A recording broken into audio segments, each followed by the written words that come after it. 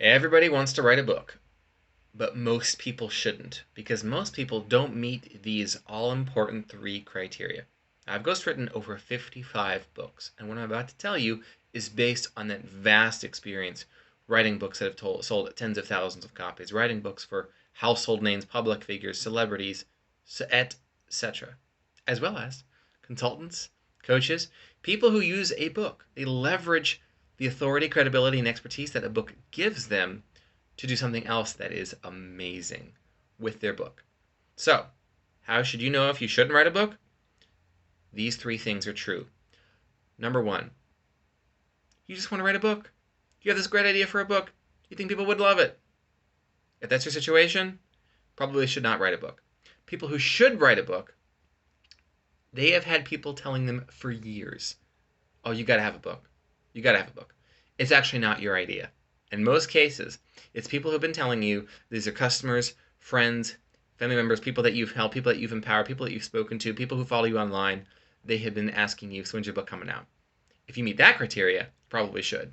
If you just think, oh, I think this would be a great idea, I think people would love it, just your idea without any feedback or even suggestions or recommendations from outside, probably shouldn't write a book.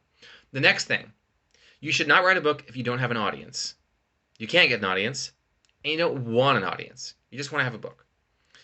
There's really no point in proceeding further, right? If there are not people clamoring to hear from you, and you don't think you could get access to an audience who clamors for you, even if it's someone else's audience, maybe the audience that a publisher or a book publicist would secure for you, and you don't really care about taking care of an audience, shouldn't write a book.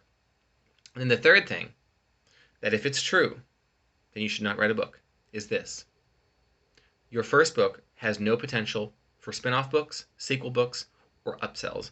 I'm not just talking about fiction where you want to have minimum 20 books. I'm completely serious. If you want to make it big as a fiction author, consider writing at least 20 books for the same audience. Okay? Next thing.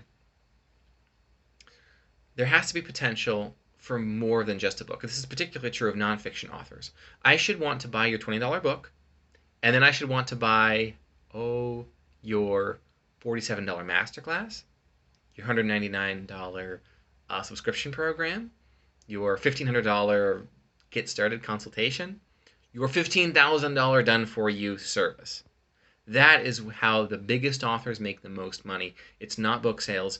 It's what having a book enables them to do, what they can sell to the readers of that book that they would not have been able to do had they not had the book. My clients regularly turn their manuscripts into multiple six-figure and seven-figure products simply by having a book. That is the revenue it creates for them. If any of these things I've just described are true for you, you don't need a book.